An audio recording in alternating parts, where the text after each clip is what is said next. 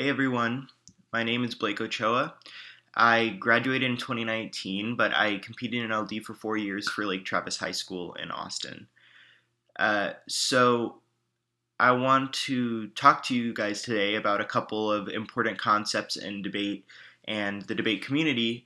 But before I get too into that, I just want to say congratulations on participating in a camp, even now, for taking the initiative and continuing to advance your debate career, even as we are having to deal with all of this remote learning and distancing and debate tournaments moving online and things of that nature. So it may not seem like much continuing on with camps and things like that. It may not seem like you're doing anything that drastic, but it's actually an incredibly helpful tool, and it is representative of you taking your debate experience a lot more seriously than some of the other people that are going to use this as a chance to kind of take a back seat. So congratulations and good call on coming here and taking the initiative and taking your own debate success into your own hands. But one of the things about debate camps that is not going to change as we deal with remote learning is that debate camps and debate itself is extremely hard work. But that hard work is essential for developing the skills that are central to not only debate, but the portable skills that we take out into the real world. So for me, when I left debate in 2019, for my first year of college this past year, I had so many invaluable skills for school and life that the people around me just did not have the experience and opportunities to develop because of my time in debate.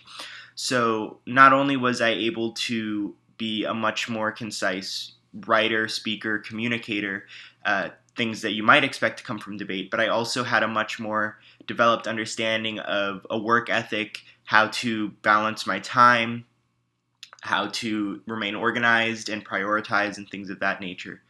So I realized as soon as I left debate that debate was actually a hugely important, informative opportunity that I was able to take part in.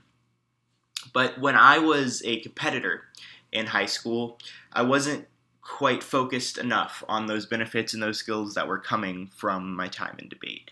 I think every competitor, because by nature, if you're a competitor, you have the competition in mind, has this instinct that what they're trying to do is win trophies, build out their college application, get as many wins as they can, and all that type of stuff. But once you get some distance from the activity, you realize that all of those things are kind of just the bonuses. They're the accoutrement that is non-essential. What we are really valuing in debate is not the trophies, is not the pieces of plastic, is not the medals, is not the titles, anything like that. It is really just the ability to develop your skills as an advocate and as an individual, and to develop a more deep and valuable understanding of the world around you and how to interact with it.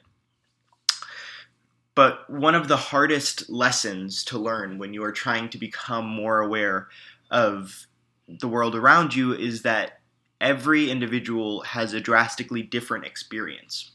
And debate, for me, was a great way to kind of unlock and understand that distinction. So when you think about it, your life experience, your life up until now, and the way that you continue to live your life, and the resources you have, the resources you don't have, are one of infinitely many combinations of ways that somebody can live their life, or somebody can have different resources provided to them.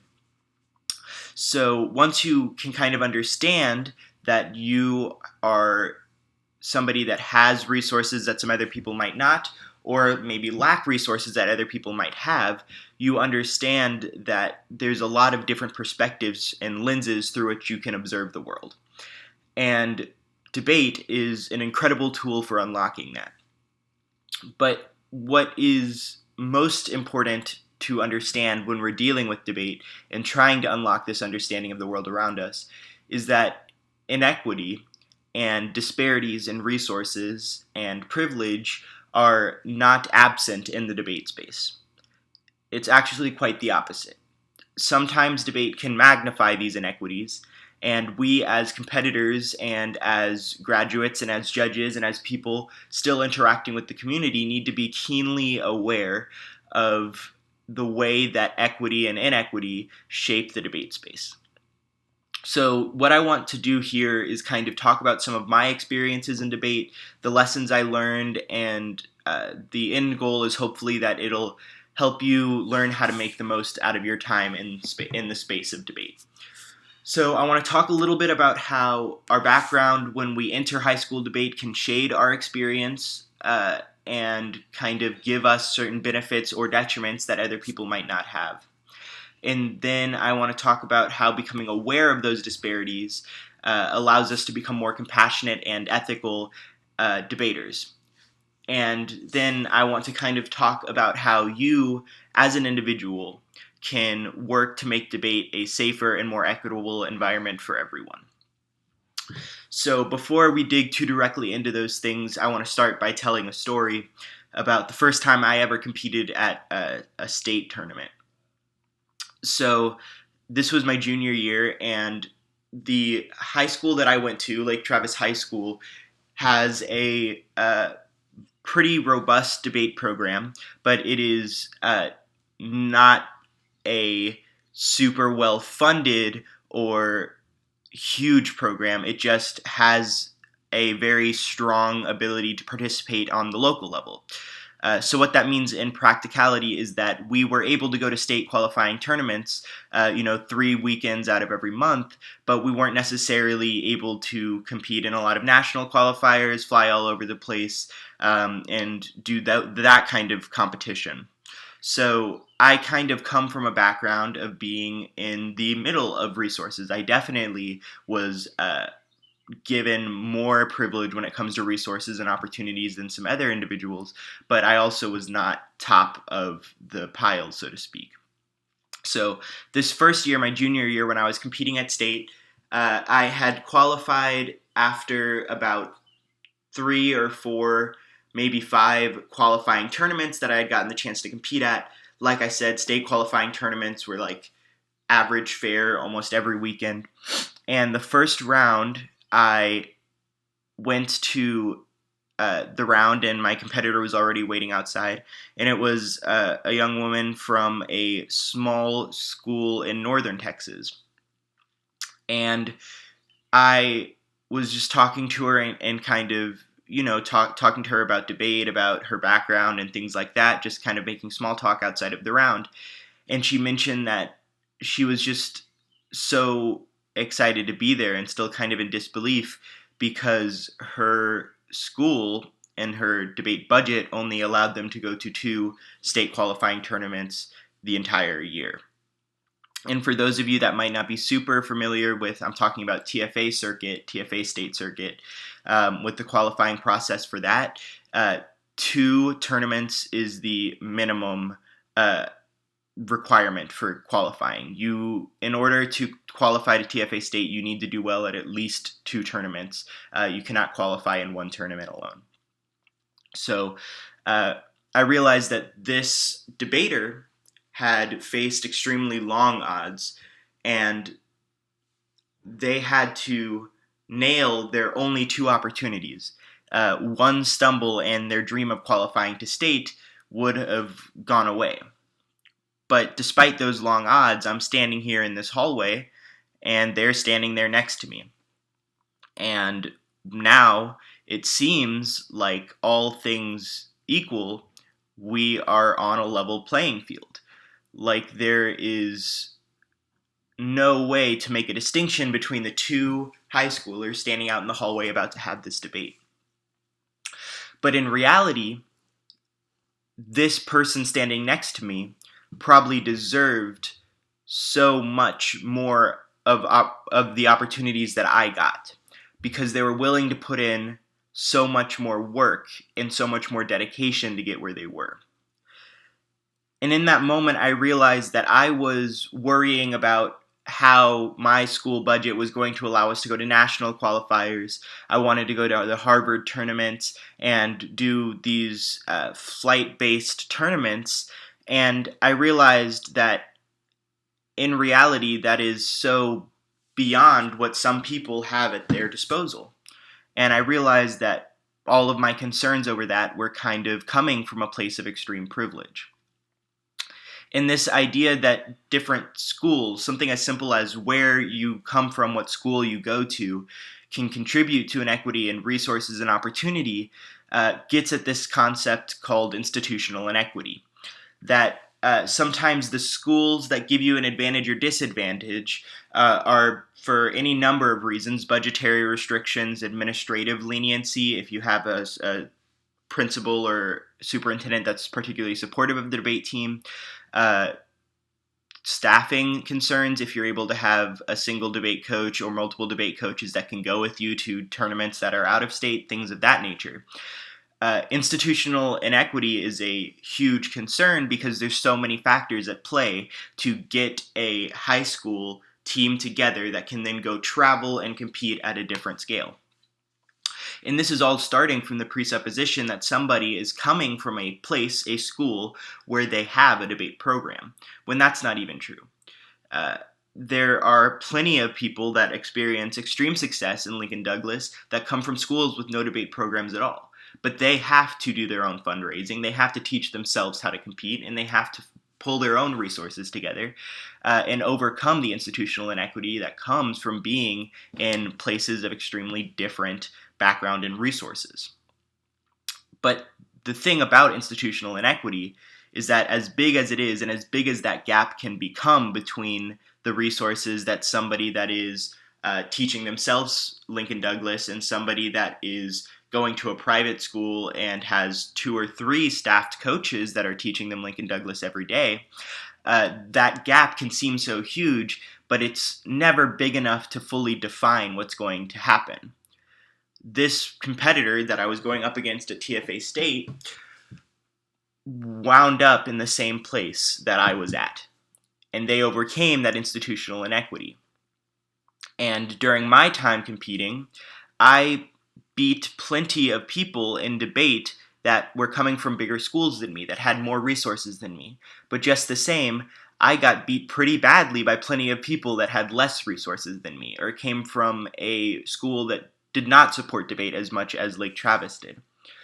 So we can understand that the wins and losses and the success in debate is not predetermined by the institutional inequity that is in place when we enter the space. But we can even look beyond those wins and losses, because a loss is not always the end of our competition. Even if it may feel like it's an unfair loss or based solely on resource disparity, a win and loss is not the total end game of debate. Which leads me to another story about the next year at TFA State. So this is about a year after this conversation I had with that competitor, and I was debating the double octafinals, which is the top 32 competitors. And I was extremely nervous, and I was extremely excited. And when the pairings came out, I realized I was going up against a student from one of the biggest schools in the state. This student was nationally ranked, but several students from this school were. They had several private coaches. They had a huge team that was able to do immense amounts of research. And I immediately felt my heart sink because I thought, I don't know how I'm going to overcome a gap like that, especially in this far into the tournament, top 32 at a state tournament. This large school is going to be putting a large amount of force behind this student. So I went into that round and I gave it my best, but everything I read, every argument I came up with, my opponent had pre-written answers to it and had done the research and had the people on their team back it up and had so many extensive back files that every trick that I could pull out, they could pull out an answer. And I lost that round. And my TFA career ended in losing a round that I felt like I never stood a chance. From the beginning, I had given up on myself. But then after I kind of dealt with the disappointment of that loss and realized that I was probably being too difficult on myself, or maybe gave up on myself too early. I realized that I was still there. I was still at the tournament. And that meant that I was still in the game. Even if it wasn't going to be my name or my school, even, that was going to continue competing and continue winning. So I figured out who that person that beat me was going to debate next. And it was somebody from a smaller school that is from the Austin area as well. And I went over and I found that person and I told them, what research do you want me to do? I'll do it. I'll cut you evidence. I'll get you all the prep outs. I can give you information about what happened in that round. And I recruited as many people as I could, other people from my own school, other friends I knew in the area that were also done competing. And we sat down and we worked together and we created collectively a communal file that could rival the file of this huge school with lots of resources. So in that moment, at the end of my career, ironically, I learned that one of the best resources, the best tools that we have at our disposal don't come from our schools at all. It's actually the community itself. One of the greatest tools that we have at our disposal is a community of supportive individuals that are here to watch their friends grow and learn and support each other. And it's not just the students, too. Coaches from other schools and every experience I've ever had are there to help students learn. So they are there to help you and talk to you and give you feedback and help you learn how to be a more successful debater, but also how to gain more of these portable skills that I was talking about before. So the debate community is really a resource that institutional inequity cannot take away from you. When you make friends, when you make connections, when you follow through with these people that you're competing with to kind of learn more about them, get in contact with them, and get closer to them, you unlock a lot more potential for what you and your competitive career are capable of. We are not called a community just because we're a group of people. We're called a community because we help each other, and we support each other, and we grow together, and we learn together. So it is not a far cry to say that the debate community will back you up, that other competitors will back you up, and that we will work together to make sure that we are learning and preserving the equity of the space as best as we can. But sometimes it's not always that simple. It's not always easy to say that these schools operate in kind of discrete, unified ways. Sometimes we can even have trouble with equity between friends, between the community, between these people that are we are seeing on a regular basis. My junior year at Lake Travis, there was a student that went to Lake Travis as well, who after their freshman and sophomore year, they weren't taking debate very seriously. They didn't compete a lot. And then somewhere between their sophomore and junior year, they decided that they really wanted to go for it. And this person was particularly economically well off. So they paid for a lot of private coaches. They went to multiple debate camps across the nation. They flew to different states to see these debate camps. And then the next year, they went to just about every nationally qualifying tournament that they could go to. They were every weekend flying to a different place in the country to qualify further for nationals. And I felt so frustrated. And I was kind of emotionally crushed. I was thinking that I had put in at this point, 2.5 years of work that this person had not, but there they were competing successfully on the national scale because they were able to afford to pay for these resources, for these benefits, for these support systems that I was not able to. And economic inequity is undeniably a problem that is in debate. It is one of the biggest barriers and differences in resources between individuals on a larger national scale right now. You can unfortunately pay for advantages in debate. You can buy resource files that have pre-cut evidence. You can buy private coaches that will look over your things. You can pay your way to compete at different larger tournaments. If you have that ability, these are great ways to increase your likelihood of succeeding in debate. And if you have those resources, I can't hold it against you for using them. But if you don't have those resources, if you can't afford those things, it can be really frustrating. And it can feel like your effort is for naught. But it's important to remember that your success, your wins and losses don't define you. No one debate round defines you. No school that you come from defines you. You define you, especially in debate.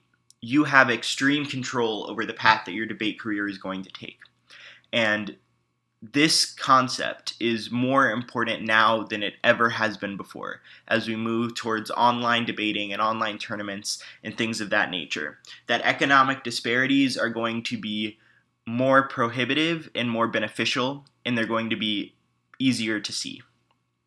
But there is no reason why these disparities or these inequities are a box that we cannot break out of. Like I said before, I have lost plenty of times to people that had less resources than me, and I have beat plenty of times people that had more resources than me. And the same thing is true with economic inequity as opposed to institutional inequity.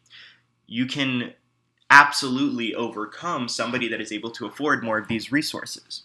But that's not what debate is really about.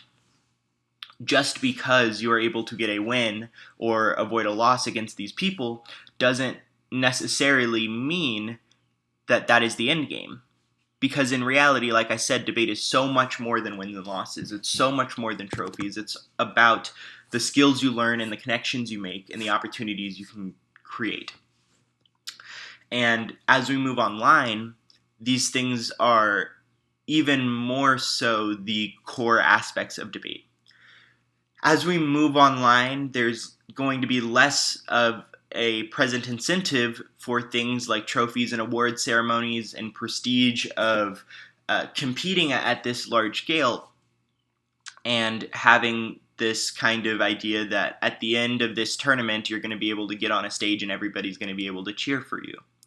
And while that is sure a great thing and it's a little bit disappointing that we're losing that, it highlights the fact that we are still continuing debate. We are still pushing to move debate online because there's so much more to it than those award ceremonies. It's about creating an experience and learning from our time in debate. So after this person from my school, from Lake Travis, competed at this really large scale for 2 years, their senior year they were nationally ranked and considered one of the best in the nation. I was competing at nationals at the end of my senior year, and the person that I was debating against told me, I mentioned I was from Lake Travis, and they said, "Oh yeah, I remember so-and-so. I debated them once, the person that was able to compete nationally.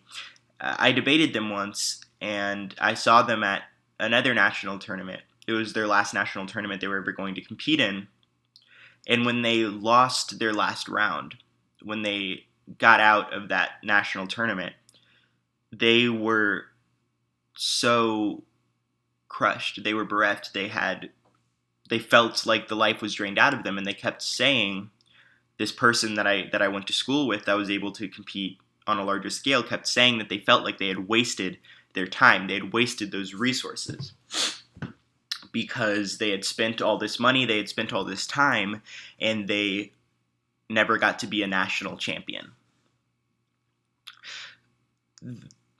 And when I heard this story from this person that I was talking to at nationals, I realized that economic inequity and economic privilege cannot buy the true value of debate.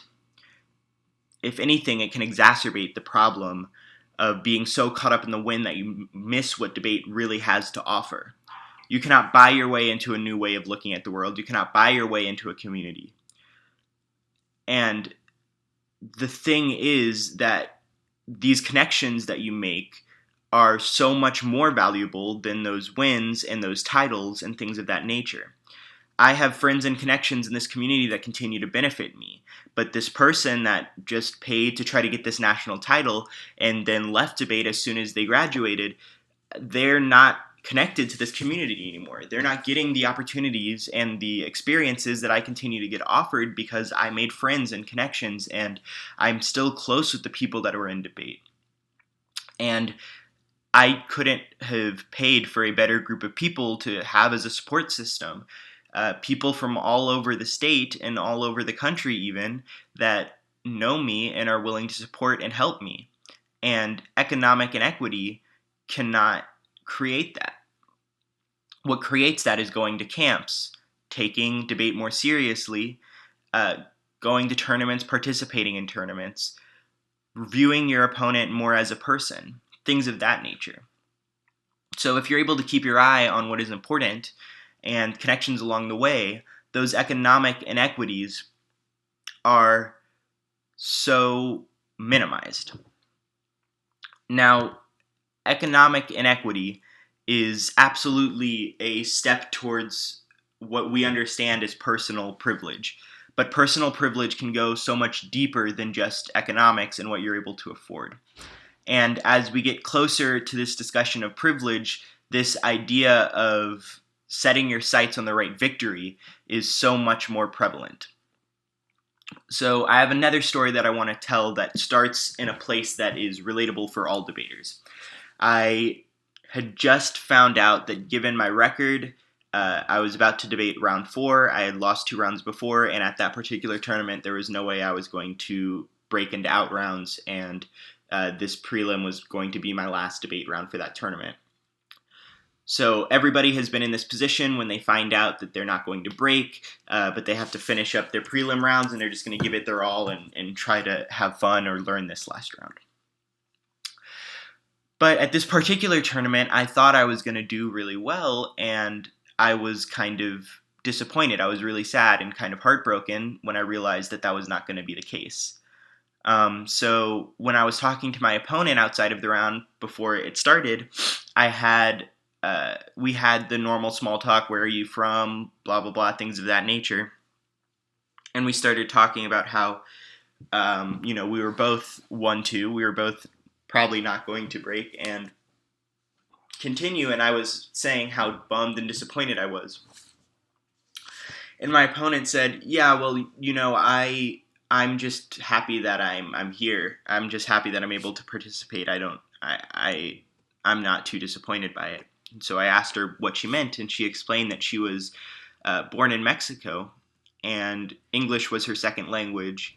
And so being able to participate in an activity that is all about the mastery of the English language and persuasiveness and articulating extremely nuanced rhetorical positions was such a victory in and of itself. To come from a totally different background, learn a new language, and then participate in a mastery competition of that language. Just being there. Not even a state tournament, not even a national tournament, just being at a debate qualifying tournament was a win. So I started to think about what winning looks like for different people that I had encountered in debate.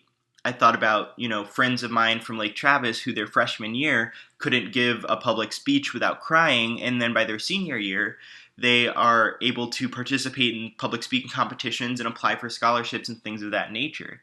Overcoming that fear was their own win. Or a friend from another school that, through the process of debate, learned that they were transgender but were not ready to talk to their parents about it. So they used the debate space as a way to explore their identity and have discussions with people that were more in line with, more supportive of trans rights than other people outside of the space. Being able to have those discussions, regardless of whether it was a win or loss, was a victory for them. And I realized that there are privileges that are so ingrained in us that we don't see them. I was born and raised with English as my first language, and that is a huge privilege and benefit when we're participating in something like debate. I was never one that struggled with public speaking anxiety, so I never had to worry about that. I am a cisgendered person, and I never have to worry about how my gender or my trans identity could affect the space, could benefit me or disbenefit me, or even seep its way into my personal life in a way that affects my debate career. I don't have to think about these things because of the privilege that I have. And these individuals that come from different backgrounds and have different experiences are dealing with equally valid struggles as anybody else, but their struggle is just on a different field, and they're working towards a different victory. The people that we are competing against are not opponents, they're not competitors, they're people. And understanding their different backgrounds allowed me to be a better friend and a better advocate and a better debater, because I was able to develop a deeper understanding of the difference between me and the people around me. And it reminded me that this competitive mindset that we need to compete just to win, to beat other people and things like that, is one of the most dangerous parts of debate, because of the way it erases personal difference and it erases privilege and non-privilege. So this is one of the ways that exclusion works its way into the debate space. Inequity seeps its way into this activity, is when we believe that we are playing a game and not dealing with real people, when all we care about is the wins and losses and not the people and how these discussions are affecting them. We have a habit in debate to, every time we hear something, think about the things that are wrong with it. Because, for instance, during prep time, we only have 2 minutes. We need to be processing and criticizing as soon as we are taking in. But sometimes debate is about learning and listening more than it is about picking apart and criticizing. And through that process, you can find something even more important than these criticisms and holes that we're poking, especially now, when we use online debate going forward as a method of connection. We're isolated, and we're going to be isolated for several more months, if not a year or more, and debate is going to be a way that some of us are able to experience personal connection that we aren't able to experience otherwise. And if we view these opportunities of personal connection as just a competitive stage, it's going to be much less beneficial and much less enjoyable and much less enriching. When in reality, we need to be realizing that this is an opportunity for human connection, to make personal connections that are beneficial and educational and enriching to not only our career, not only our education, but to our life as a whole. And moving online is representative of the fact that debate is about connection. We're not going to let an event that is about distancing and about staying apart keep us from having conversations and discussions and connecting with other people.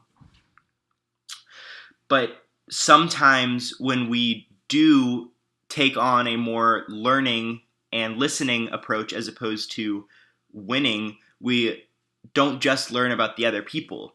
We can sometimes learn about ourselves and develop something even more valuable than any understanding of the world around us. When I was a junior in high school, I was debating at a tournament, and somebody read a critique against me, a negative case that was featuring an author named Gloria Anzaldúa. Gloria Anzaldúa wrote a book called Borderlands La Frontera, and I was listening to this case that was being read. I had never heard it before. And I was thinking about how beautiful the language sounded, the way that Anzaldúa was talking about whatever the content was. And to be honest, I was hearing, 4 minutes of this writing. I didn't really understand what the content was. I didn't really understand what Anzaldúa was talking about, but it read almost like poetry, and I felt an extreme interest in pursuing it. So I took note of it. I listened to it, I asked questions and cross-sects that were more explanatory than strategic or critical, and I learned about the literature out of the book, and I bought a copy and I read it, and it was one of the most rewarding experiences I've ever had. I felt seen for the first time in my life as somebody that was born half white, half Hispanic. I always struggled with my identity and what I identified as. And Ansaldúa talks in that book, Borderlands, about how sometimes Latinx identity can manifest itself in between spaces. We are always going to be in between two states. So to say that we are not Latinx because we are half white or half anything else is to undercut the value and importance and essence of what it means to be Latinx, to be in between, to be fluid, to be understanding, and to be adaptable. And I read this book, and it talks about what Latinx identity is, the lived experience of Latinx people, and I connected with it more than I've ever connected with any book or speech or message or anything I've ever seen before. And I felt like I really understood myself. For the first time in my life, I understood my own identity more than ever before. And if I had not taken the time to listen and view that discussion and that debate that I was in as a learning experience, I would have never gotten that opportunity. I would have maybe got a copy of the book so I could go through and annotate all of the logical fallacies or go through and point out all of the things that are wrong with it, instead of reading it to learn and form connections. One of the things that we lose track of in debate is that the stated goal of debate is not to prove something wrong or prove someone wrong. It is to come up with the best solution for the greater good. We are given topics that are saying we should do certain things in order to improve society, and then we as debaters get together and have a discussion about whether it's really going to benefit society or it's really going to hurt society. We're not trying to prove people wrong, we're trying to give the best option to the public. We're suggesting alternatives and coming to a deeper understanding of what we should do and what the needs of the world are. At its core, debate is collaborative, not confrontational. We are a community and we support each other and we build on each other. So if we're able to move past the competitive mindset, if we are able to reach out to those with different resources than you, with different privilege and non-privilege than us, if you really listen and understand instead of criticize, you can make debate so much more valuable and rewarding. But you can also make it a much safer, more equitable, and enjoyable space for people of all backgrounds. So when inequity seems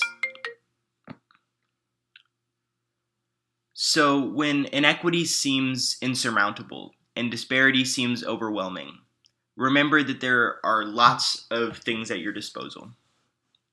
You can reach out across school lines to form connections with other people, get support from a broader community. You can define your own victory and make sure that you are not just operating under what other people tell you is success, but rather what is success and meaningful to you. You can drop the combative mindset and remember that we are a community and that we are working together, and that sometimes it's more important to learn about the privilege and non-privilege of those around us than it is to prove those people wrong. But most importantly, never allow yourself to forget that you are also on a side that benefits from disparity. No one that is watching this video, no one that I have ever met, no one that can ever be dreamed up in debate does not benefit from resource disparity. Even the most institutionally inequitable system, somebody that does not have school support, does not have the money to pay for private coaches or travel or things like that, even that person has personal privilege in ways that they benefit from inequity in the debate space that is beneficial to them. Because as unfortunate as it is, there are places where we benefit from simple things like what your gender is or what your race is in debate. And sometimes those things can give us unconscious bias as as competitors and give judges unconscious bias when they're making their decisions. So there's never somebody that does not have quote unquote beneficial effects coming from that disparity. There's nobody in debate that purely is hurt by inequity. We also benefit from it. And you must remain vigilant about that and aware of how people with different backgrounds interact with the space. That is the most important thing you can do as an individual, is to not allow yourself to slip into being blasé about this, to slip into thinking that these benefits that we are getting, these wins and the ways that resource disparity benefits us, is good, and that means that we can be complacent in it. If your family all of a sudden wins the lottery and you can afford to buy all these private coaches and go all traveling, and you're able to afford all these resources that you couldn't before, you can never lose sight of the fact that you were once on a place where that person who was able to afford those things seemed so much better off and so much more privileged compared to you. And you cannot just say that now that you're on the beneficiary side, that it's okay to be complacent in that system. That we need to remember to reach out, to define your own victory, drop the combative mindset, regardless of whether we are benefited or hurt by privilege and non-privilege and disparity. So I have one more story that I want to share about the first time that I read a case that had Ansel Dua in it, this borderlands theory that was super important to me. So I wrote a case about the borderlands theory and about Latinx identity, and I was super proud of the case, and I went into round, and I just was so caught up in what the literature was and representing the literature correctly that the AF was not very strategic. I did not have a lot of evidence. I did not have prepped answers to a lot of stuff. I was just reading it because I wanted to read it, and I lost that round. The judge had a pretty easy decision, if I'm being honest. I did not do a good job debating in that round from a competitive standpoint. And when I left, I was disappointed in myself because I had lost. And I felt like I had let myself down and I had let the literature down. But my coach pulled me aside and said, "Do you think that you represented the literature? Do you think you explained it in a way that was meaningful?" And I said, "I do. I really think I did that. I think that I took the part that was meaningful to me, I put it into the context of debate, and I pushed it forward." And my coach said, "So then you're proud of what you did?" And I said, "I guess. I wish I had won, but I guess I am proud." And so my coach said, do you regret reading that case? Do you regret reading that?" And I said, "Absolutely not." And she said, "That's because deep down you know that what you just did makes a difference. Even if you lost that round, the people exiting that round, the judge, the competitor, any other observers, left the round with a deeper understanding of the positionality of Latinx individuals in debate. So what you did is you went into a room and you left it better than it was when you entered." And that was the single best lesson I ever learned from debate.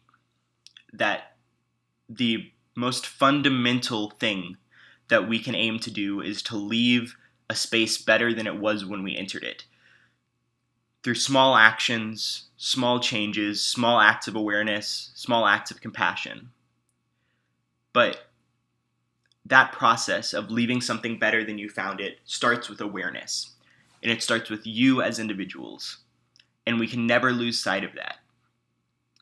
And if we are able to remain vigilant and remain confident and remain on the right path, we can absolutely leave debate better than it was when we entered it. And I believe all of you can do that as well.